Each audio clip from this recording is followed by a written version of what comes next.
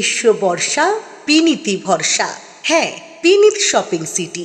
নমস্কার, আপনারা দেখছেন হুগলি আপডেট। আপনাদের সঙ্গে আমি উষা। আসছি খবরে।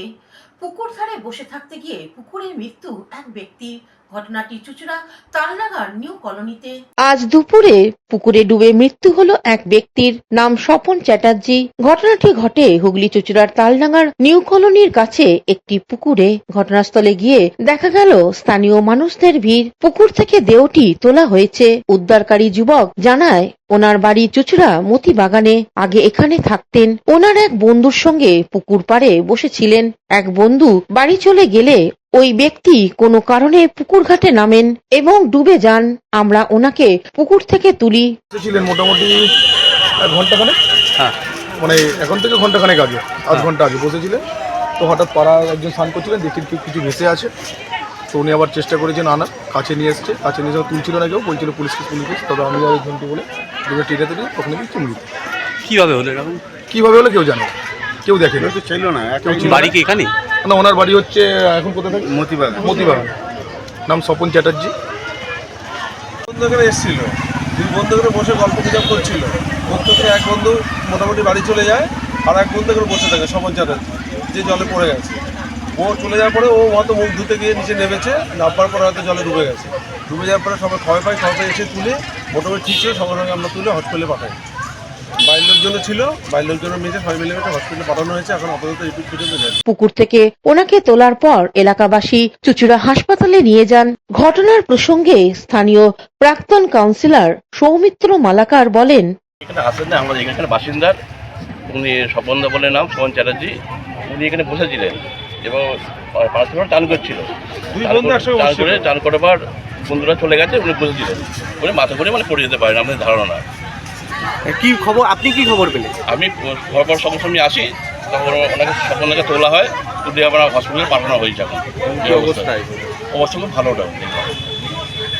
ডাক্তার যতক্ষণটা কিছু বলা যাচ্ছে না, তো ডাক্তার পুরো নির্বাচন করছে। আমরা উনি কি এখানকার বাসিন্দা? এখানকার বাসিন্দা, এখানকার বাসিন্দা।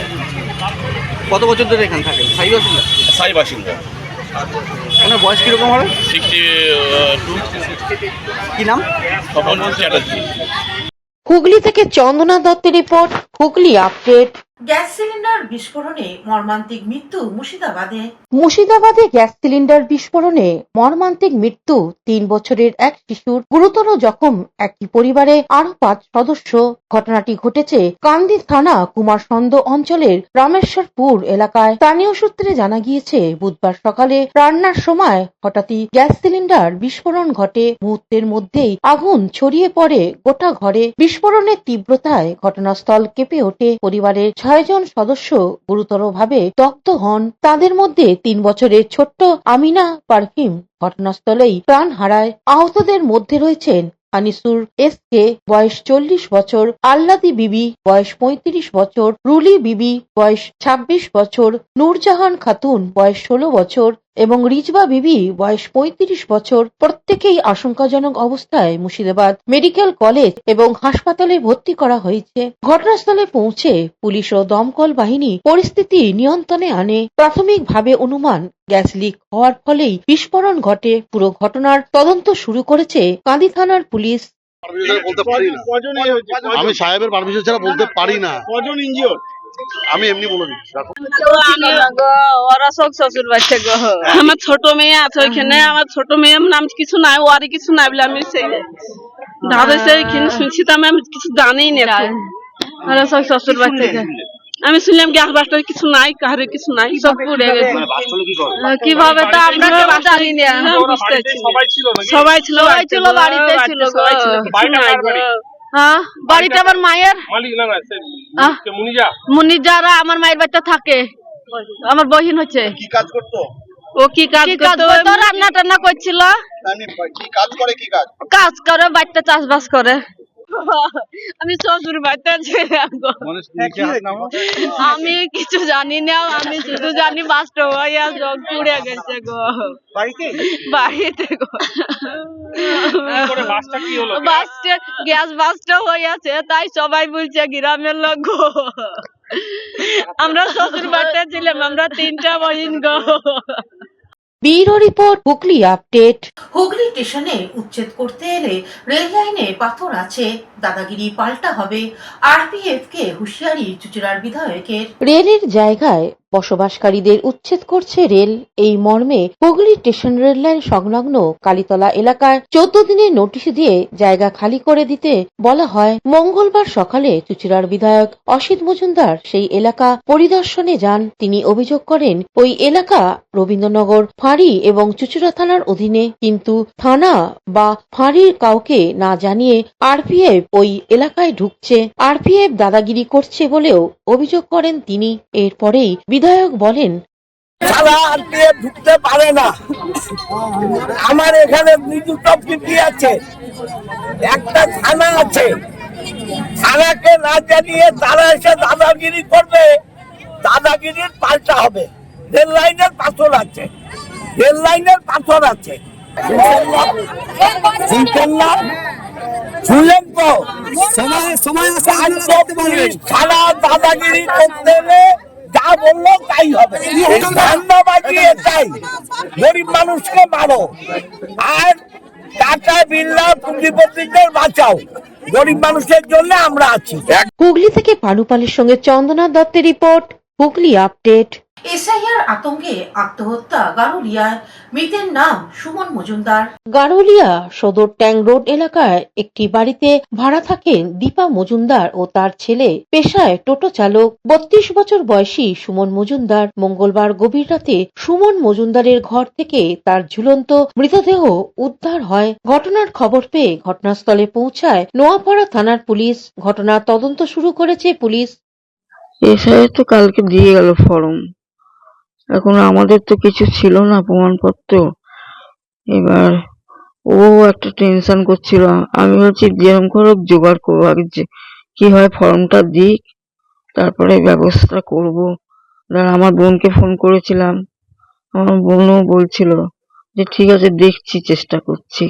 কারুর মানে আমার বাবার হোক মার হোক, সেই ছোটবেলায় মারা গেছে তো, আমরা তখন খুবই ছোট, তা আমরা কি সব রেখে দেবো বলুন তো? আমরা কি জানি কিছু?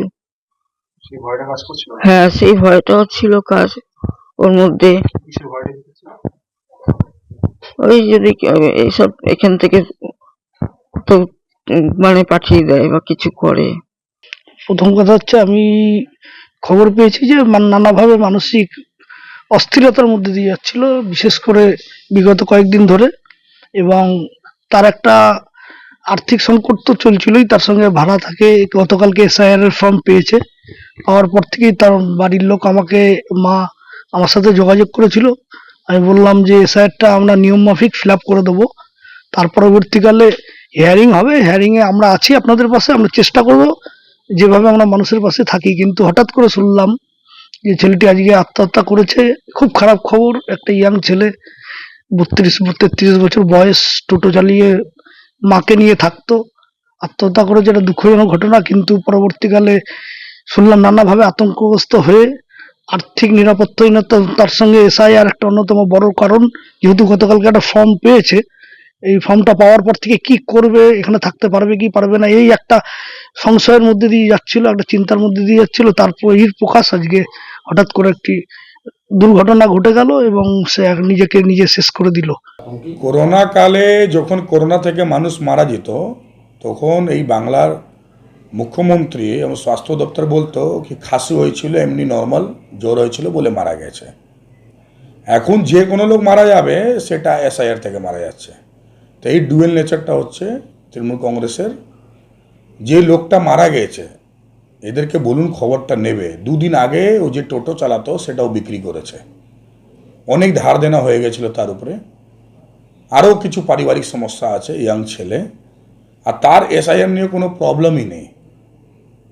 এটা টোটালি চাপ দিয়ে সে সুসাইড নোটে, যদি আপনারা দেখতে পান, আপনি দেখবেন উপরে যা লেখা আছে তার তলায় এসআইআরটা মেনশন করা হয়েছে।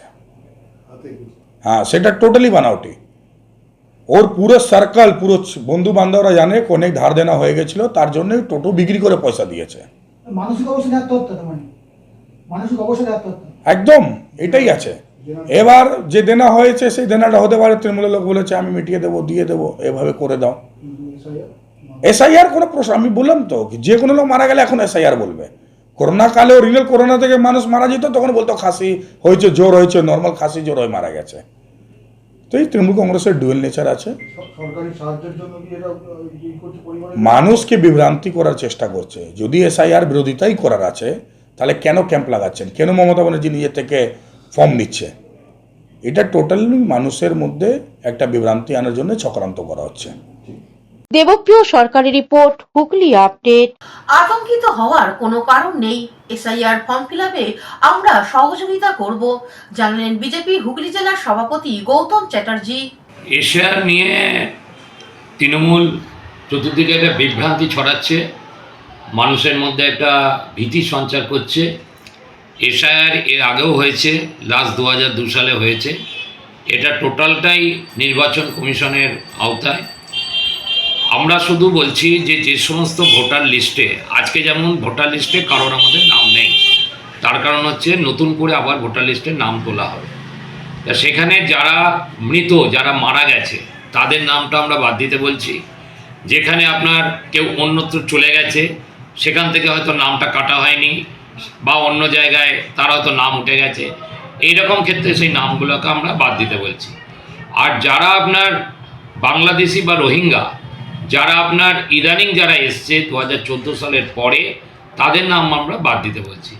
তাছাড়া প্রকৃত যারা ভোটার, কারোর নাম বাদ যাবে না, প্রত্যেকে থাকবে।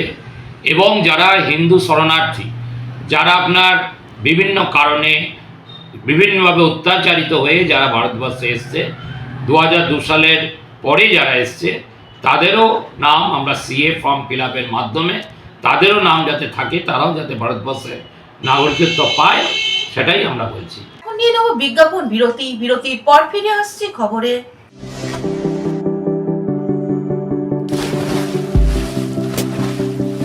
Fasten your seatbelts as you take a tour around your marine wonderland.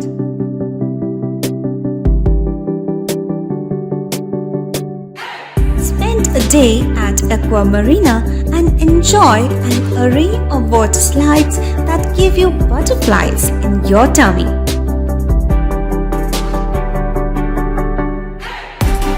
Aqua Marina is a holistic weekend destination for friends, family, and couples and offers magic to soothe your body, mind, and soul.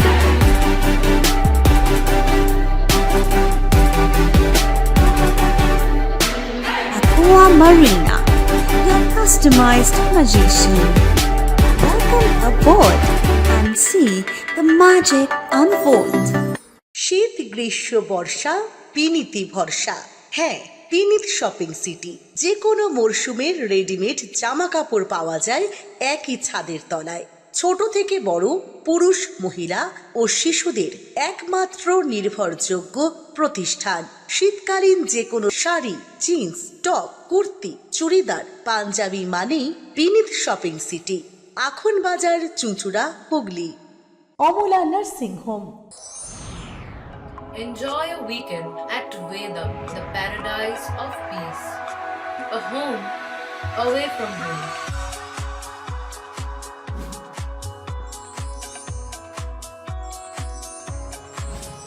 See yourself resonating with the nature. Vedam welcomes you to create your best memories. বিরতির পর ফিরে এলাম খবরে। বন্দে মাতরমের 150 বছর পালন হয়ে গেল শ্রদ্ধার সাথে রাজভবনে।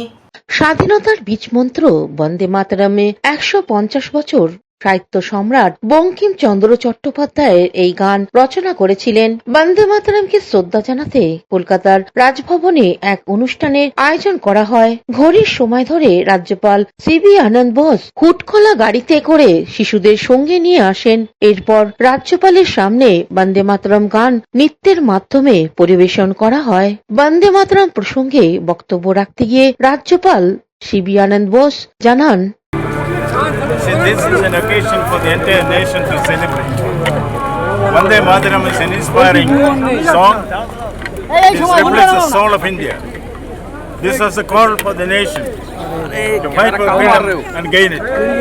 Vande Mataram represents the best that is there in the Indian ethos and Indian milieu. Any suggestions that you want to give?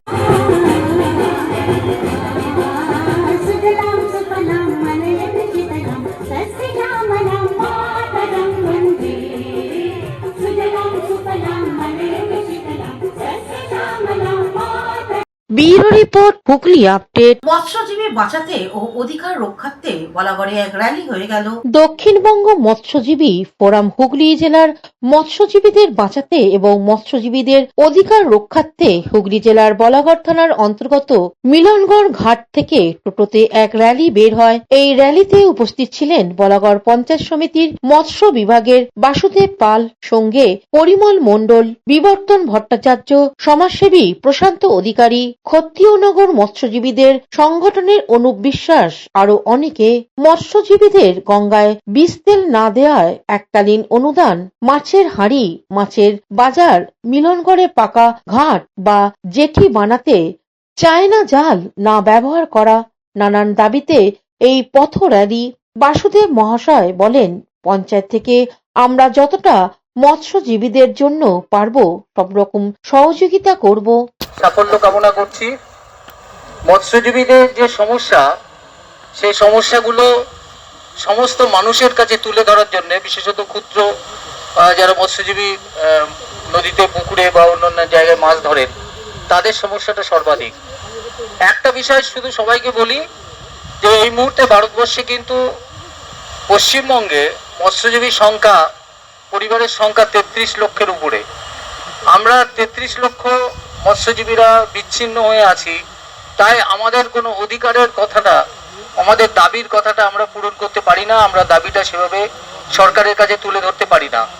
সেই কারণে হুগলি থেকে পানুপালের রিপোর্ট, হুগলি আপডেট। এখনকার মতন খবর এই পর্যন্তই। প্রতিদিন দেখুন হুগলি আপডেট। নমস্কার।